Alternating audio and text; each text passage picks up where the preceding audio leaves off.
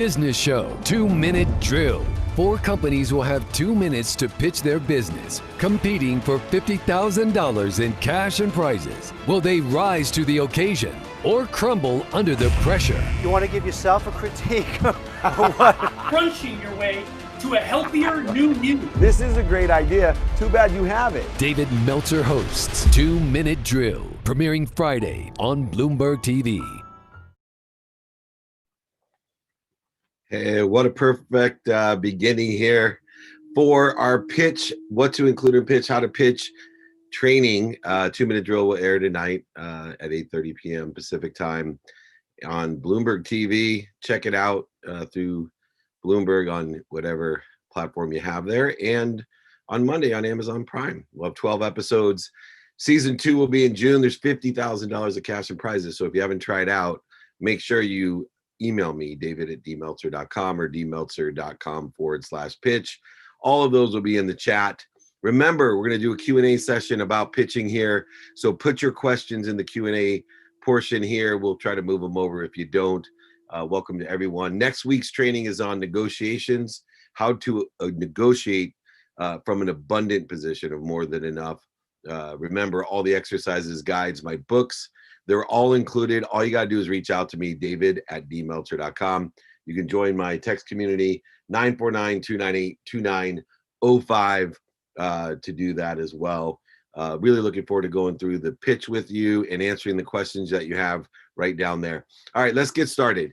Number one thing, how do you start a pitch? And the number one way you start your pitch is preparation. I think the number one thing that's come across, whether it's in the TV show Elevator Pitch, which I executive produce, or in 2-Minute Drill, or all the other pitch competitions or pitches that I've seen from funding different deals, is that what separates credibility is preparation. And we have a whole different way of preparing now because most of our pitches are virtual, which means we have to make sure that we are not only prepared with the content of the pitch, but we're prepared with the video, with the connectivity, with the background, whatever it may be. We want to make sure that we don't lose, but take advantage of the preparation that we can have. So utilizing different notes that you can put up there. We don't want to read a pitch, right? That loses credibility that we're not prepared, but it's okay to have notes taped up. It's so much easier to be prepared, but there is more to be prepared with when we're going virtually in a pitch. Credibility, though, number one, in how to start a pitch, we want to make sure that we start out at the highest credibility of understanding what our business is, the needs are, the ask is, whatever it may be. There's a variety of ways.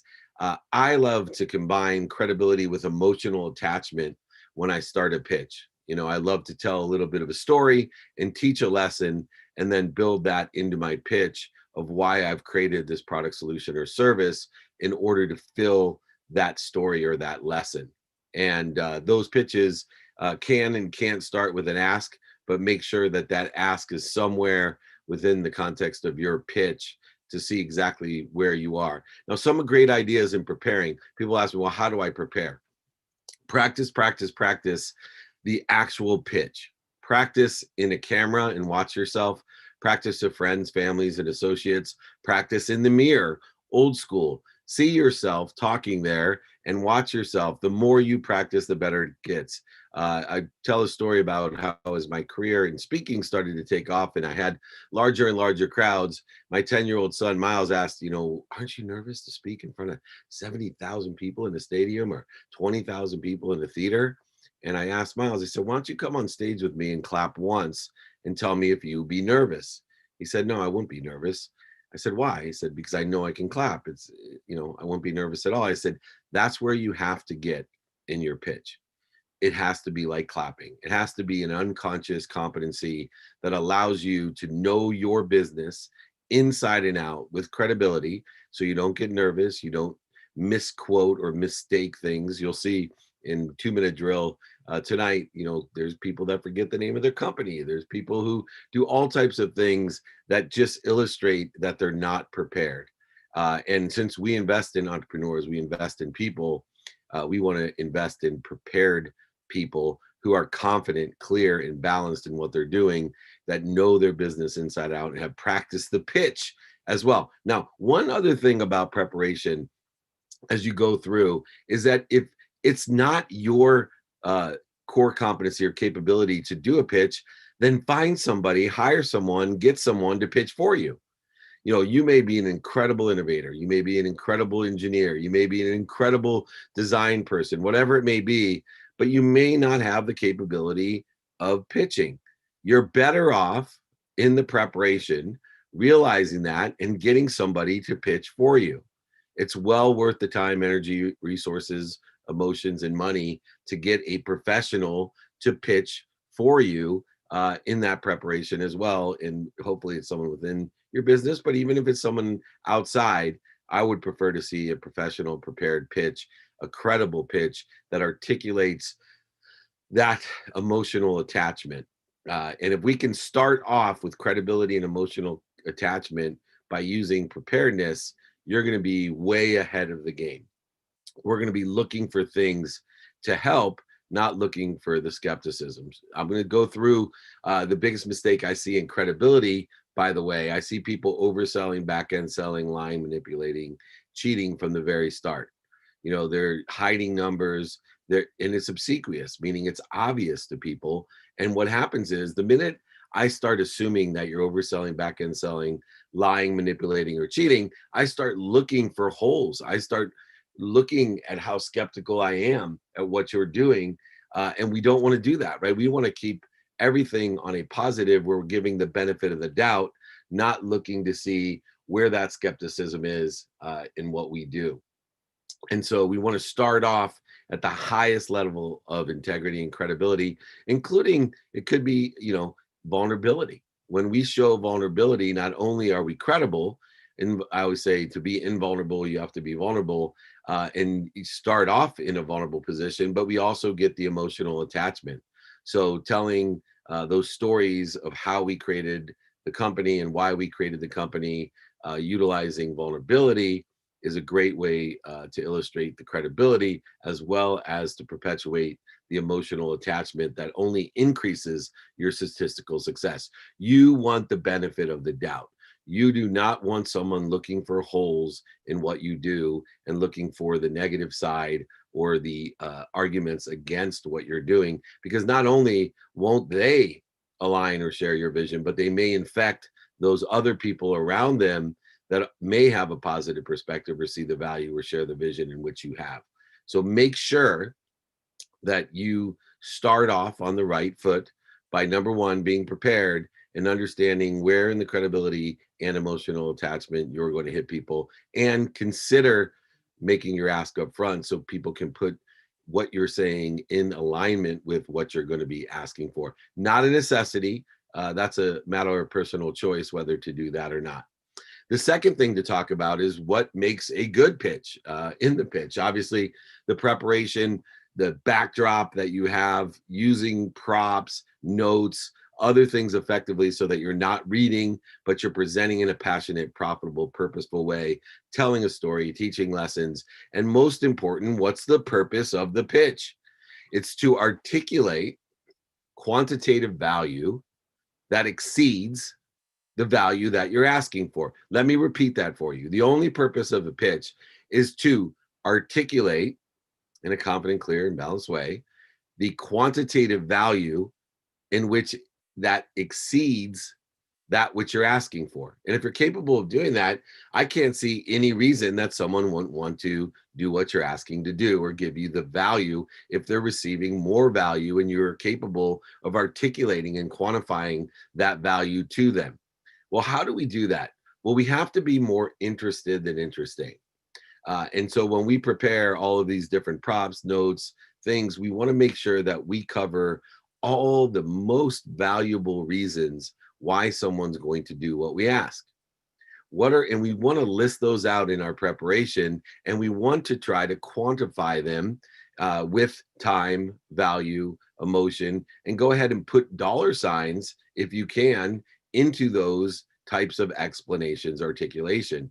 And if you can list out a variety of reasons and capabilities that are quantifiable, not subjective, right? Everybody knows what subjective means. That's the loser pitches that I see, the ones that are based off of only credibility and emotional attachment, the ones that I call the Barney pitches, you know, the purple dinosaur that talks about, I love you, you love me, nobody makes any money. And I get those pitches all the time where I just adore the person who is pitching, but they're not capable of articulating a quantitative value that's exceeding what they're asking for, or not even close.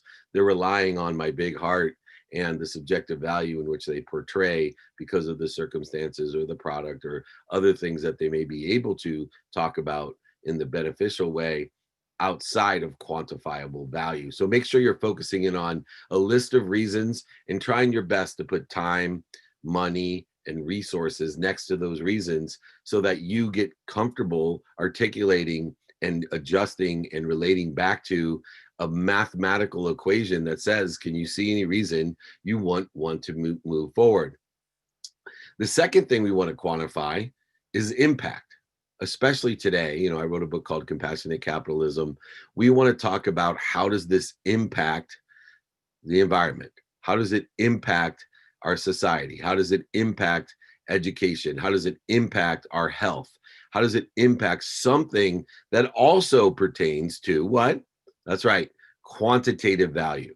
And if we can and are capable of articulating that quantifiable value of impact that, you know, so many millions of bottles go into the ocean every year, and because we use recyclable bottles or containers that we're going to save 2 billion bottles, which then will result in this much savings or this much time or this many resources that will then prolong what the credibility and emotional attachment of our children having an earth to live on, or a sustainable place to provide fresh water or air, or some of these necessities that do have quantifiable value, right? If we run out of water, I can tell you it will be trillions and trillions of dollars of damage.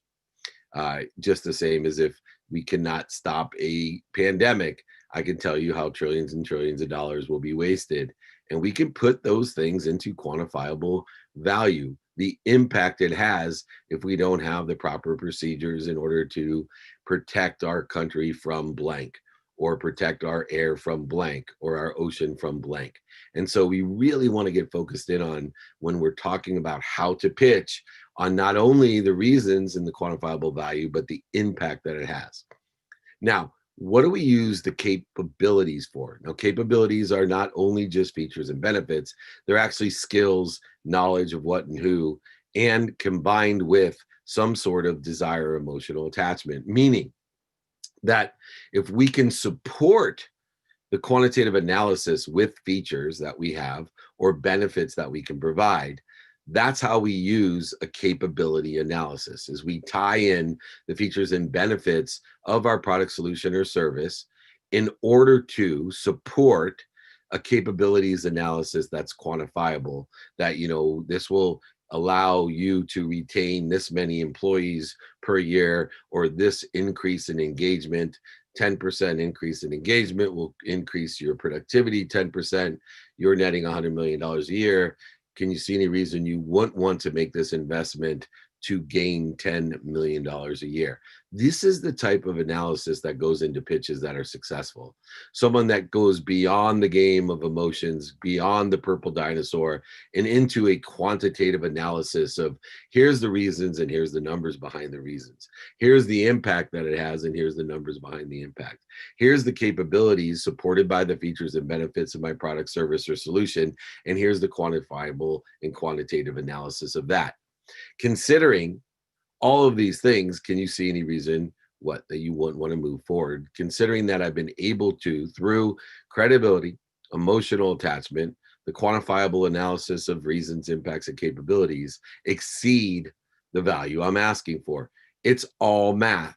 And if I can come to that conclusion, then I need to practice it with the proper backdrops and technology and notes and props in order to effectuate articulating that. So many people know their business, and when I have a straight conversation with them, they're capable of having a conversation and proving out a quantifiable analysis of what they're doing.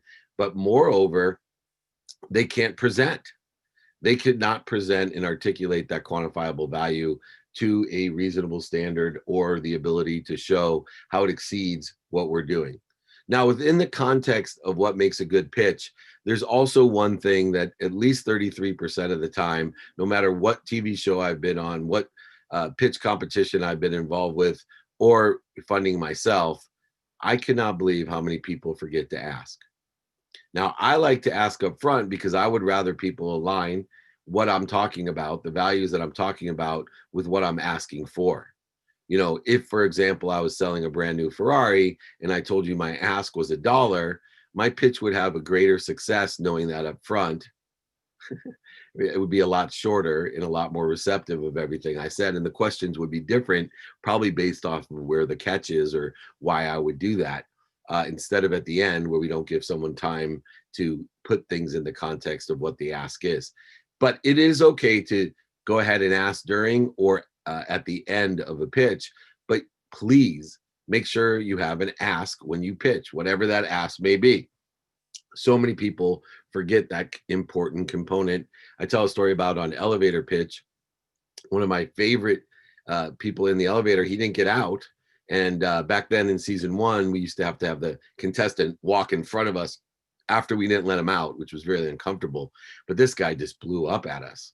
All 4 judges screaming at us, telling how stupid we were and how we missed the boat and how he had $2 million of revenue already. And I just stopped him right there. I said, hey, man, you never made an ask, nor did you tell us about the $2 million. So make sure you quantify the value to exceed what you're asking for. In order to do that, you need to make the ask. All right. Now, we prepare correctly. We have credibility, emotional attachment, reasons, impacts, and capabilities. Now, how do we end a pitch? Remember, you're only as good as your last impression. First impressions are great, but that last impression can make all the difference if we're able to articulate that value. So what do? Number 1, we can go back to the opening antidote, idea, ask, circle it back to what we were talking about that refreshes the memory of, hey, I'm exceeding the value that I'm asking for. Remember what I said at the beginning of the pitch. Very, very effective way of closing a pitch. 2, end with a challenge, right? People love a challenge. End with a challenge. Go ahead and ask them to find something different or better or worse or whatever it may be. But to end with a challenge will increase your statistical success of engagement, meaning that there'll be some sort of next step. It's kind of like cold calling, right? The only objective of a cold call, 80% of them don't answer, is getting the person to call you back. But yet most people waste their time, emotion, energy, and money trying to convince somebody on an answer machine or on an email or on a text. Ain't going to happen. Your own objective of 80% of the time should be just to get someone to respond to you. Then you can share a vision. The same thing happens here when you leave a challenge. Invite the audience to a metaphorical mission. Try to get some sort of metaphor involved that is aligned with a life mission, or like me, to empower over 1 billion people to be happy, and leave them with the mission to help you to utilize or know anyone to help you to utilize that metaphorical mission that you may be on to empower over 1 billion people to be happy. For example, use repetition for a dramatic close. Right? Make sure people don't pick up things right away. You may have practiced this for hours and hours and days and days and weeks and months, but you need to make sure that you utilize repetition in order to effectuate the understanding alignment to get the full articulation. Remember what Lou Holt said, the coach of Notre Dame. It's not what I say, it's what they hear. And sometimes in order to hear something, you need to repeat it not just once, twice, but sometimes 3, 4, or 5 times. I always, when I'm doing speeches or pitches, like to tell you, that's why I put the ask up front. I like to tell you what I'm looking for, and then I tell you what I'm looking for, and then I remind you what I was looking for at the end. And so for me, the repetitive nature is a crucial one in order to make sure that people hear what I say. Inspiration. That's another way of finishing. When we want to elevate people's awareness, we want to raise their frequency, and inspiration is the process of allowing them to see what you have through you.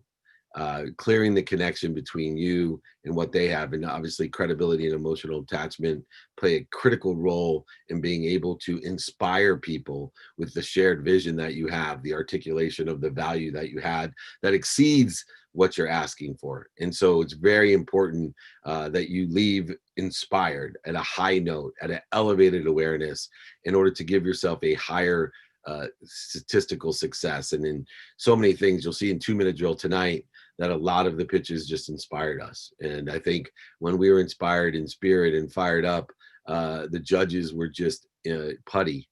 And it was like, I don't remember what she said, but I'm in. I bet on the jockey, whatever it may be. So don't be afraid to be inspirational, to plateau and grow, to use your higher frequency, to elevate people's awareness to their higher frequency. Another technique is make sure that you illuminate or you surface their objections. If you are well prepared, you are well prepared for what people would think or might think, or any clarifications that may be necessary, any weaknesses that you have, any incongruencies that exist. Illuminate them, elevate them, bring them to the surface and address them so that they know and get rid of any skepticism or any void, shortages, or obstacles that they may create that are much larger than the ones that actually exist. So when you surface an objection, when you illuminate a weakness, you're able to solve that as well, or at least acknowledge your credibility that this is something that you need their help with, or that's why we need the money, or we're going to have to figure this out together and mitigate risk of whatever that may be. But do not leave them hidden. Don't give them the exercise or the power to go searching for what's missing, because we all know when we start paying attention to what's missing, we're going to find what's missing. When we pay attention to what we don't want, we're going to find what we don't want. So we want to illuminate what is missing. We want to illuminate that for them and address it and acknowledge it and surface it. Just like when we start, you can tell a story and tell the lesson. You can tell the story at the end as well. And you can provide that lesson as long as the lesson articulates the value that exceeds what you're asking for. And so to tell a story, people love stories. Since the beginning of time, that's how we communicate, through stories. And we learn lessons through those stories. We evaluate things through those stories. We make our judgments and conditions through those stories, through credibility and emotional attachment, which are tied into those stories. So tell those stories. Next, pitfalls. Ask unusual questions. Curiosity. Sorry, not pitfalls. That'll be our last points here. Curiosity. We want to pique curiosity. We want to stimulate interest. And in order to pique curiosity, asking unusual questions. You know, when I'm doing the Playbook, my podcast, I love when people say, no one's ever asked me that before, or what a great question. In fact, on office hours, we keep track and do good points, like we will on 2-minute drill, of unusual questions, one that make people think, that aren't your standard, you know, how did it feel when you lost the Super Bowl, Tom Brady? You know, that's not what we're looking for in a pitch. We're looking for the unusual questions. We want you to have questions, and you want us to have questions. And in order to evoke those, be prepared to ask some unusual questions that evoke curiosity, and understand that it makes us think. Because once we get in the process of curiosity to be more interested than interesting, we are well on our way to creating that emotional connection, and well on our way to articulating the quantitative value to exceed that which we're asking for. Now, finally, in the last few minutes before we get to Q&A, make sure you're putting all those questions in there. Reminder to everyone, you can have the exercises, guides, and my books for free on this topic and other topics. We have negotiations, pitch, ego. We're even going to do a mommy issue training eventually. Put your questions in the Q&A. Just email me, david@dmeltzer.com. But let's talk about the pitfalls that I found in pitching. And there's 3 pitfalls that I have found. One is people fall under the pressure of time. There's a reason on both TV shows that I do, Elevator Pitch and 2-minute drill, that the clock is omnipresent. The clock is there. And there's so many different studies, if you want to look at it, so many different studies of people who can perform fine until you put a clock in front of them, and then everything goes awry. From chess to football to all types of different games to pitching to speeches to TED Talks. It's amazing what time will do to disrupt you. So you need to control time, understand the man-made construct itself through preparation and the ability to tell stories and provide lessons or articulate value. This will help you control your activity within the context of time. If you have things memorized, you're going to have a really difficult activity of getting right on the clock. When you are telling stories and teaching lessons and using the reasons, impacts, and capability analysis, talking through credibility and emotional attachment, you can end when you want to end. You could tell the story in a quicker or a slower way, and the clock is actually your friend. To me, when I'm speaking, the clock is actually a security blanket, not a pressure cooker.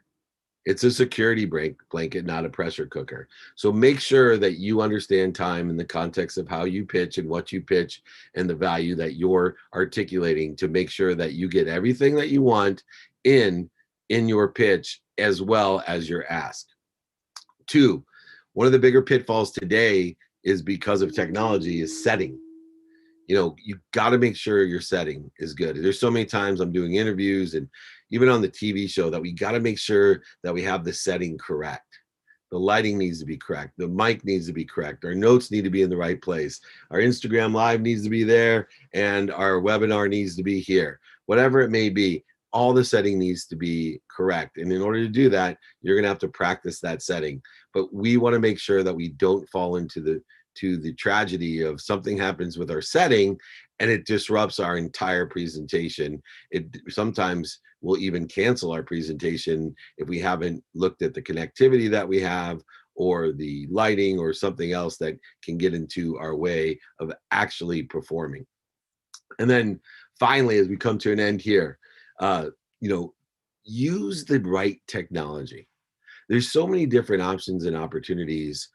If you're pitching and you control the pitch, make sure you're using the right technology according to who's on and what's going to happen. You know, there's so many different things that we can use, from audio to video to capabilities of using presentations or green screens or microphones or lighting or whatever it may be. Do your research. Be more interested than interesting. Let technology be a benefit, not a detriment to what you're doing. And so if you can utilize starting in the right way with preparation, preparing yourself with credibility and emotional attachment, being able to articulate a quantitative value, not a subjective Barney purple dinosaur value, but a quantitative value, listing out the reasons with math behind it, the impact with more numbers behind it, and features and benefits to support the capabilities you have in order to answer that call of providing and articulating more value than you're asking for. And utilizing that preparation not only for the presentation, but also the technology, also the time, and the setting of what we're doing. Make sure you use all the different methodologies of ending a sale pitch on the highest note, the highest frequency. And I promise you, the answers that you'll get not only on my TV show, where you can win $50,000 of cash and prizes. So if you're not trying out, I don't know what you're doing. If you want to pitch something, I don't care. Pitch eating broccoli to a great company that needs funding. I don't care. Not only we get the exposure and awareness of Bloomberg and Amazon and all of our networks from the companies involved and the coaches and the judges involved, but moreover, you may win some cash and prizes. So we'd love to have you. David at dmeltzer.com, dmeltzer.com/pitch. All right, put those questions in. I see they're loading up in the Q&A section. Remember, get your exercise, your pitch exercises and guides. My book, I'll sign it, send it to you, ship it for free. David at dmeltzer.com. Join my text community, 949-298-2905, 949-298-2905. All right, let's take some questions here and get this thing going. Where can we tune in to watch 2 Minute Drill tonight? Will it be on Hulu and Amazon? Well, Hulu has Bloomberg TV, so all your cable stations, Hulu, will all have Bloomberg on there. It'll be on Amazon starting on Monday for 12 weeks. Each episode will be released, the 12 episodes, and then we'll start again in season 2 in June. We'll be filming in March, so try out now. If you want to be a guest judge or a partner in the show, let us know now for season 2. It will be no inventory will be left by the end of January, I promise you.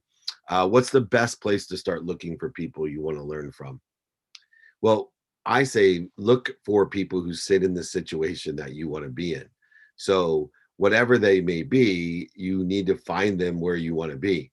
So if you want to be a president of a team, if you want to be a lawyer, if you want to be a doctor, then you know where those people are, and you need to find people and ask them for directions in order to get there. And so what we need to be is more curious, more interested. We need to ask people, do you know anyone that can help me? I'm looking for someone that does this, that has done this, that will give us directions in order to get to where that is. What's the most interesting thing you've learned in the first week of 2021? Well, it's been a crazy week, different kind of week that we haven't seen in 200 years, since 1812, I guess. And so for me, I've really learned about forgiveness and the power and certainty that forgiveness has, that we need to, what do they say, that I have my biggest fault is I have a need to be offended, right? I have a secondary ego-based consciousness. I have a need to be offended, and I get offended, and then I end up creating void, shortages, and obstacles, interference to the connectivity I have to everything and everyone. Well, forgiveness resolves that. The word offense, by the way, actually means to bait, right? So I'm baited into allowing something to suck my soul, to suck my energy. And instead of going to resistance, into anger and frustration, let's all go to forgiveness and try to figure out and appreciate what we have and where we have common interest and common bonds. And then let's appreciate the difference. Let's listen to the differences and use forgiveness of ourselves and others in order to give that away. But remember, offense means to bait. Do not be baited into creating void, shortages, and obstacles and interference in your life. Use forgiveness as a tool for peace and a tool for certainty. Best way to pitch on social media, Instagram specifically. I'm trying to sell art, coloring books, fan art, and commissions. Well, Antonio, the best way to do that is to stimulate interest, to get somebody to call you back. So whether it's in person, on the phone, via email, or social media, on Instagram, you want to put something up that stimulates them to get in contact with you, so you can articulate the value to exceed what you're asking for. That's the mathematical equation. And so whatever coloring books or commissioned art or samples, testimonials, music, whatever it may be, credible and emotional, to get somebody to reach out to you so that you can explain, meaning articulate, explain the quantitative value that you're asking for, and be able to exceed what your value is to what you're asking for. Do we have to pitch live or record? So for 2-minute drill, you can record for the tryouts to get to be a finalist. Then once you're a finalist, you have to pitch live. Not live meaning in person. We do it virtually live. And all of the pitches are virtually live, which then allows you to use your own technology, your own settings, your own preparation, and use that as part of the evaluation as well. And the judges as well will be in studio, and some be remote as well. I'm not sure it's related to today's topic, but that's okay. But what book on leadership and money management would you recommend? Thanks, Muriel from Montreal, the one you met in New York City. Oh, hey. Yeah, so I always recommend Sharon Lechter, Rich Dad, Poor Dad. Sharon Lechter has a great book. Think and Grow Rich is a great book. The Millionaire Next Door is a great book. There's so many different leadership and money management books. I also tend to lean on the spiritual side of the energy of money, so I got to throw in Power of Intention there by Wayne Dyer. Connected to Goodness isn't bad either. Compassionate Capitalism and Game Time Decision Making. And if anybody wants my books, I'll be happy to send them to you. David@dmeltzer.com. Just reach out to me. Happy to send them to you with the exercises guides, the pitch guides, the sales guides, the ego guides, whatever other trainings that you can find on Spotify, Entrepreneur. The Playbook is where this is all at. So check out the playbook, share it, like it. You can listen to over 600 episodes with billionaires, millionaires, entrepreneurs, celebrities, athletes, entertainers, and all my trainings. They've made a specific playlist on Spotify featured on Entrepreneur in every platform. What you found to be most effective channels for finding interested clients? Example, cold calling phone numbers found on Google, trying to email through alumni database, or word of mouth recommendations. I have 4 ways that are most effective, but they all require me to ask one simple question. And that question, first of all, write it down, is do you know anyone that can help me? If you can learn that question, and whenever you meet someone in person, whether you know them or not, and be able to effectuate with a series of questions, not only how you could be of service or value to them, but more importantly, do you know anyone that can help me in person, on the phone, via email? In fact, I still check my sent box every single day to make sure that I am statistically successful in asking for help, being radically humble and asking, do you know anyone that can help me, on as many emails as I can, whether they are spam emails to me or people I've known forever. I'm asking in that email, do you know anyone that can help me? And then finally, social media and traditional media. Making sure that they have that ask, do you know anyone that can help me? Building that network, which now exists in person, on the phone, via email, and traditional and social media. Those are the 4 ways, as long as you know the series of questions asked, that you can provide value or service, to articulate that well, but moreover too, do you know anyone that can help me? Remember, there are no gatekeepers. There are no gatekeepers. There are only sponsors and power sponsors, people who can help you or know somebody that can help you and can help you themselves. On average, most people know about 1,000 people today. So it's much easier than it was when I was young and we could only get the card group, the golf group, the church group, whoever else we were closest to.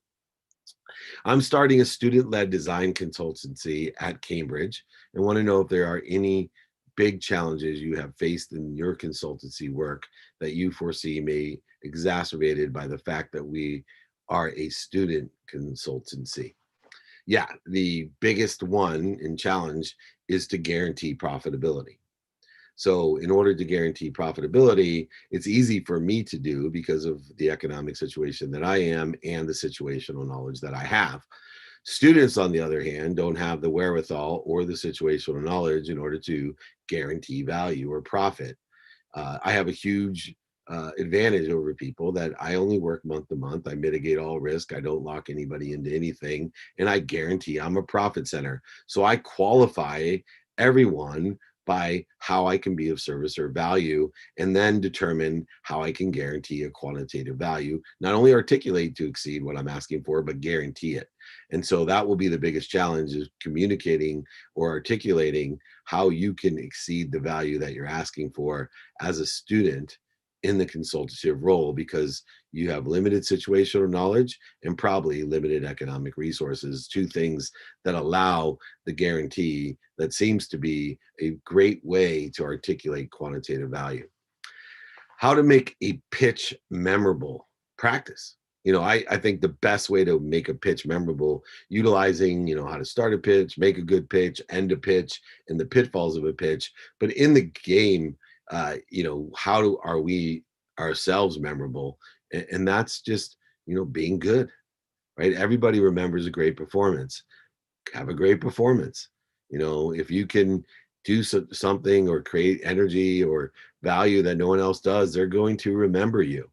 And remember, you want to be memorable for a good reason, not for a bad reason. So make sure what you want to be remembered is the quantitative value that you articulated and how it exceeded so much what you're asking for. What's your follow-up process after the pitch? So after the pitch, I create a go, no go plan. I'd be happy to send this exercise to people. It's one of the crucial ways that have made me successful, where I am creating a roadmap, a bite-sized roadmap, to allow someone to work through what it's going to take to stay aligned and to continue to manage expectations and provide value to those people that I've pitched. So I create a go, no go plan after a pitch to make sure that we step by step get to the next step. And if I'm looking for funding, it'll take me through there. If I'm looking for it to be my kids to eat broccoli, it's going to take me there. But if you want that exercise, I'd be happy to send that to you for free. david@dmeltzer.com. If you're in sales, besides being in our private sales group, you need to have the go, no go plan. It's a game changer to manage expectations up front. Remember, once you get a sale, that's only 20% of the way there. The way that we thrive is to create and manage expectations and develop those expectations. And the way that we do that is through a go, no go plan. And it's very easy, very simple, very easy to template, but I use it every time as a follow-up process. I'm really bad in writing emails and I feel my content is not great. How do I improve on this? Well, first of all, improve on looking within and knowing your own frequency. You can't please everyone. And if your frequency has a vibration that seems to be less inspirational or less educational or less intelligent, it would not matter.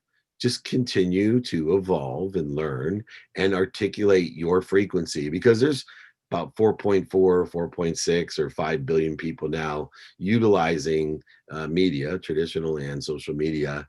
And if we're putting out our own frequency, we'll tend to attract that. I use Dr. Pimple Popper as my classic example of frequency because the majority of the people in the world do not want to watch that stuff.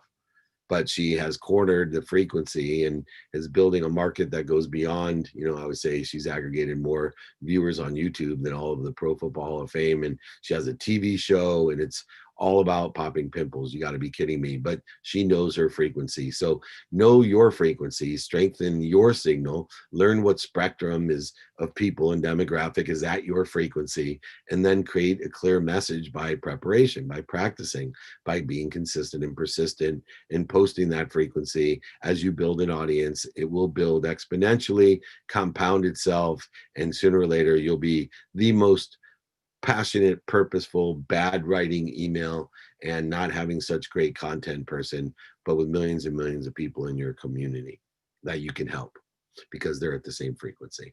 No judgments or conditions put upon bad or good, in my opinion, but it's just yours. So don't compare yourself to other people. Comparison with other people will rob your joy. It will steal your energy. David, thanks for everything you do as always. Given your experience in sports agency space, could you give us insight into pitching in that industry? How does that differ to other areas? What's the biggest lesson you've learned with building a sports agency? Well, the biggest lesson I've learned, first of all, and I'll get into the pitching, is that in order to be a great sports agent, you just need to know two things. How, number one, to sign a client, and two, how to keep them. Those are the only two things that I look for in a sports agent. Can you sign a client and can you keep them? And so in order to pitch, I think number one, who you're pitching is most important because great athletes get pitched all the time. The spheres of influence around them don't. The spheres of influence around them don't usually get treated with the same credibility as the athlete, etc. So even when I worked with Leigh Steinberg and Warren Moon, it was amazing. So many people would talk all the details of the business with Leigh and Warren, and they would blow it because Leigh and Warren would come to me and say, hey, can you deal with this guy? And I had a need to be offended, or I already were in a detrimental position because why didn't they talk to me in the first place? But they had to stroke their own ego thinking that somehow Leigh and Warren were going to make that decision without talking to the CEO of the company, the one that makes the business decisions, the one that they hired to pay to do that for them. So use the spheres of influence. Know that you're pitching to one, sign a client, and then after that, managing the expectations, utilizing go, no go plan and other things in order to keep the client. It is a very competitive space that everybody wants to sign the greatest athlete. And then once you've signed them, everybody wants to steal them. So you got to know how to sign them and keep them in order to build a sports agency. And we do that through empowering people and working within the context of the spheres of influences, showing the credibility and emotion attachment to those spheres of influence so that they're telling the athlete or celebrity or entertainer, you have to go with David Meltzer. You have to work with David Meltzer. David Meltzer is the legend, the GOAT. That's who you need to go with. Work within the context of that. How do you build a team around you? Through values. If you want to build a team, it has to be a value-based team. You cannot micromanage your way to the top. You have to teach, in my opinion, gratitude so that everyone has the same perspective, that we're all looking for the superpowers and everything. We're looking for the light the love, the lessons as a collective consciousness, as a group. 2, forgiveness, as we mentioned earlier, so that we have the peace and certainty in the team that we allow each other to expand, grow, and accelerate. What does that mean? We allow each other to make mistakes. We allow each other to learn and grow, and forgiveness is key to that. And then also accountability. We need to build a team around us by being accountable. It means that some people are liable, right? But there's no blame, shame, and justification. It's all, what did I do to attract myself to myself? And most importantly, what am I supposed to learn from it? When I have team meetings, it's so great. Or if someone makes a mistake, it's so funny because I have to go through 6 or 7 people because they're all telling me they're accountable. No, I'm accountable. Yes, you're all accountable. You all attracted it to yourself, and we all want to learn the lesson. So let's get beyond who attracted it to themselves, because it's apparent it's attracted to all of us. Let's get on to the more important issue of what lesson did we learn so that we don't do it again? Or if we do it again, we do it in a better way. Which is an important distinction that people should make. Finally, understanding effective communication in team building, not only communicating with one another, but making sure that we're all communicating with the greatest source of love, light, and lessons, that we're all communicating with the greatest source of power, love, light, and lessons that we're all connected to. We want to not only be motivated, right, to get us up, get us started, get us back up, get us back started, but we want to live inspired as a team, in spirit, where people are connected to something much bigger than themselves, a purpose, a passion, and a profitability that far exceeds anything, so that they can make more money to help more people and have more fun.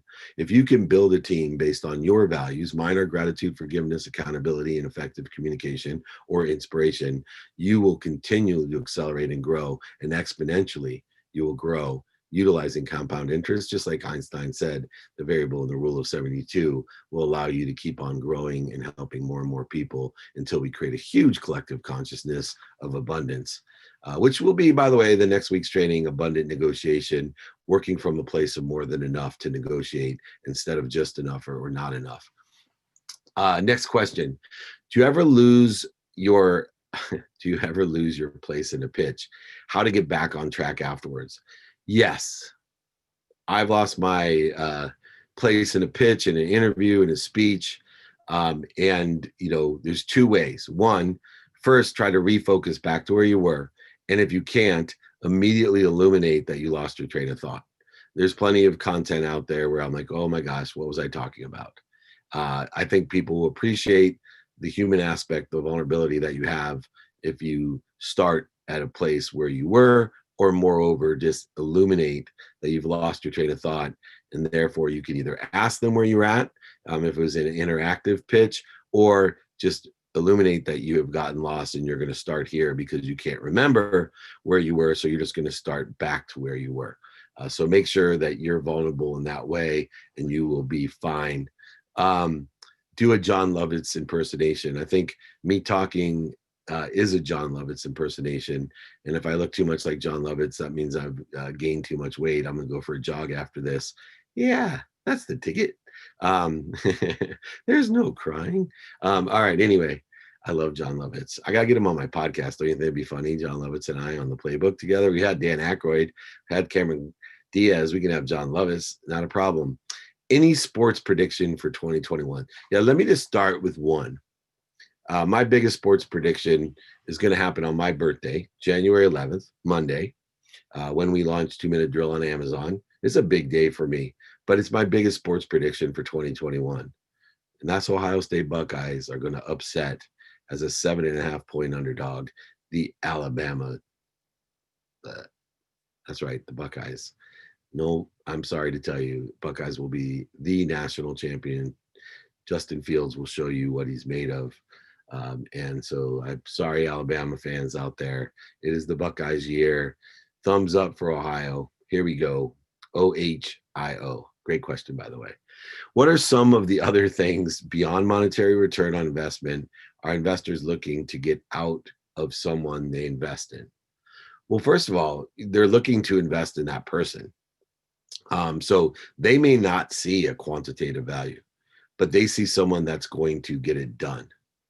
right? They see someone, I look for that all the time. The common denominator of someone I'm going to invest in is the desire that they must be what they can be. Because the one thing, regardless of how great a business is, you got to have a no quit attitude. You have to have a try me attitude, not a why me attitude. You have to have a desire to must be what you can be in order to be a great entrepreneur, in order to make it happen, no matter how great the idea is, the innovation is, the IP is, the business is, or how much revenue you have today. Trust me, there's nothing more challenging and changing and growing and learning than being an entrepreneur and being a CEO of that company or a leader of that company. And if you don't have that backbone, that desire to be what you must be, it's not going to happen. So that's what they're looking for, the desire that you must be what you can be. Is the approach of making a pitch in our personal lives, i.e. asking someone on a date, different from business?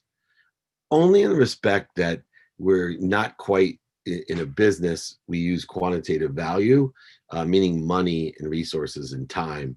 I think it's much more on the credibility and emotional side of things. You don't have to go through quantitatively reasons, impacts, and capabilities. So that part's different compared to taking a girl or a guy out on a date.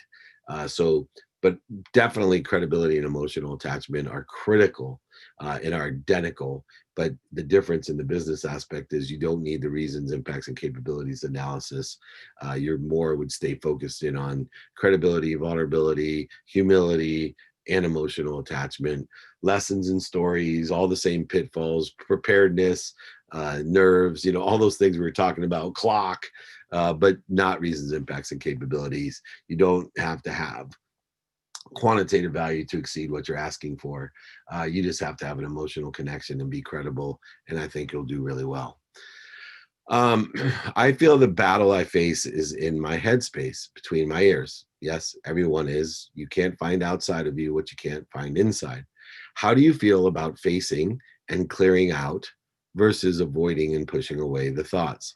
I feel that no matter how hard I try to stop, drop, and roll, sort of speak, it continues to haunt me, as if I'm constantly running from myself, holding myself back, and truly moving forward.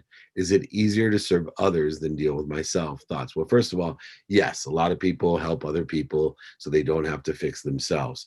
2, if you have a reoccurring issue, then you have an energetic or a quantum issue. It's beyond your conscious and your subconscious. You can cancel out or use stop, drop, and roll at a conscious level to change your behavior. You can use stop, drop, and roll to clear your mind of subconscious beliefs that you may have that have created habits or neural pathways that have you acting in a certain way. But it takes a longer period of time to shift your energy. Things that have quantumly been handed down to you for generations and generations, or even lifetimes and lifetimes. And you need to understand and blend your persistent behavior with the patience that it takes, maybe lifetimes, in order to effectuate something that's within your DNA, the quantum level of your DNA. You can continue to work on it by activating the epigenetic layer of your DNA, to activate it by having the exact same consistent, persistent behavior in the pursuit of shifting that energy. In Connected to Goodness, I have a process called Cancel, Clear, Connect. I'd be happy to send that to you. I can also send the exercise, david@dmeltzer.com. Everybody should learn not only stop, drop, and roll, but cancel, clear, connect in order to shift your energy. Just because you think, say, do, and believe something, that doesn't mean energetically it's aligned. Ed Milet and I in our interview talked about this internal thermostat and the alignment that we have that we're unconsciously competent of, that we're not aware of consciously or subconsciously. And that can be effectuated, and therefore look within, look to change the conscious and subconscious, and be patient about activating what you want unconsciously in your personality traits, your characteristics, your obsessions, your addictions, and shift that energy. Email me, I'll buy the book for you. I'll send it to you. Just give me david@dmeltzer.com or text me at 949-298-2905. I'll send you the exercises, guides, and books for free. No problem. Do you ever, and I'll pay for shipping, by the way. So if you want a hard copy, you want it signed, not a problem. Not trying to make money off of shipping. I'll send that to you and pay for shipping. Did you ever get nervous when making a big or important ask? Yeah. Yes, I still get nervous every once in a while. And it's either because one, I'm not prepared, two, there's not a clock, or three, I've given some separation to who I'm asking, meaning I've elevated them as inferior or superior to me. And I've also given conditions of big or little or important or not to it. And I've made myself nervous for minutes and moments now. It used to be a lot more. And I've practiced ending fear and also practice preparing myself so I'm not nervous. But yes, I still get nervous, just for less time. What is your favorite actor? Should I say John Lovitz? Wow. I don't know. Morgan Freeman. I was blessed to be on a stage with Morgan Freeman, and he's just incredible. I think it was funny because like Seth Rogen, McConaughey, myself, Gina Rodriguez, all were there for the Variety magazine. I won the Sports Humanitarian Award with those guys. I was the only unknown comic, I guess. But Morgan Freeman was a hero of all of ours, and just an incredible actor in a variety of different roles, obviously, including Shawshank Redemption, which is one of my favorite movies, if not my favorite movie. What would you put in an email pitch when someone requested that? I would put in only enough to get them to go to the next step or to call me back or to email me back. So I would put enough in there to stimulate interest and transition that interest so that they call me back or email me back. That's all I would put in. I would not try to engineer a vision or value beyond one thing, getting them to call me back or email me back. That's all I asked for. So I'd keep it very narrow, very clear, and very statistically successful in what we do. Remember, if we can get people to get back to us, we have an 80% advantage, because 80% of the people we can't get in touch with, and of that, most people will never get back to you. And if you become an expert at getting those people to get back to you, you have increased your statistical success up to 80%, and it's an incredible advantage over everybody else, obviously. Good afternoon, Dave. How do I monetize and assess the value of my digital magazine? Well, once again, you have to do a reasons, impacts, and capability analysis. So to monetize that, you need to show the value of how much time it'll save you, how many connections it'll give you, what money it will make you from the ideas that are in the magazine. There's just a variety of things in the reasons that people should read that digital magazine, what impact it could have on my life. And as you know, the features and benefits of the magazine have to support the capabilities of the magazine, the distribution of the magazine, the demographic of the magazine. All of these different things are quite easy to monetize. So focus in on those reasons, impacts, and capabilities. Send anyone you want a reasons, impact, and capability, a pitch guide, david@dmeltzer.com. Just reach out. I have a whole book exercises that I can send to you on that. Is creating an emotional connection or establishing credibility more important? People buy on emotion for logical reasons. So I tend to feel as if you don't have an emotional connection, it's very hard to establish credibility. Now, it's very important to establish the credibility after you have an emotional connection, because if you establish insecurity, you're going to create a person who's seeking void, shortages, and obstacles, and that's what they're going to find. So I do lean towards the emotional connection. All right, anyone that didn't get the question, email me, david@dmeltzer.com. We are at high noon tonight. Join me 8:30 Pacific time. You got to check it out. 2-minute drill on Bloomberg TV. On Monday, it'll release on Amazon Prime Video. 12 episodes, 12 weeks of fun, $50,000 of cash and prizes on every episode. Get great feedback, great advice from all of the great judges. We had so much fun doing it. It's great value. It will exceed your expectations, I promise you. Thank you so much. Next week's training is on negotiations, abundantly negotiating. You can email me for all the books, guides, exercises that I mentioned or ones that I didn't, david@dmeltzer.com. You can watch the replays on Spotify, Entrepreneur, and every platform. The Playbook, like it, share it. The Playbook, it has its own separate playlist on Spotify, featured on Entrepreneur and every platform. Get my books, guides, exercises, and please join me. Watch 2-minute drill. You're going to love it.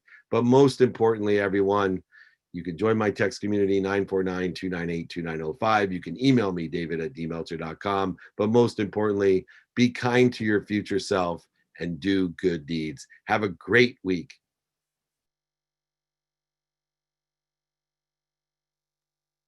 This January comes the next hit business show, 2-Minute Drill. 4 companies will have 2 minutes to pitch their business, competing for $50,000 in cash and prizes. Will they rise to the occasion or crumble under the pressure? You want to give yourself a critique or what? Crunching your way to a healthier new you. This is a great idea. Too bad you have it. David Meltzer hosts 2-Minute Drill, premiering Friday on Bloomberg TV.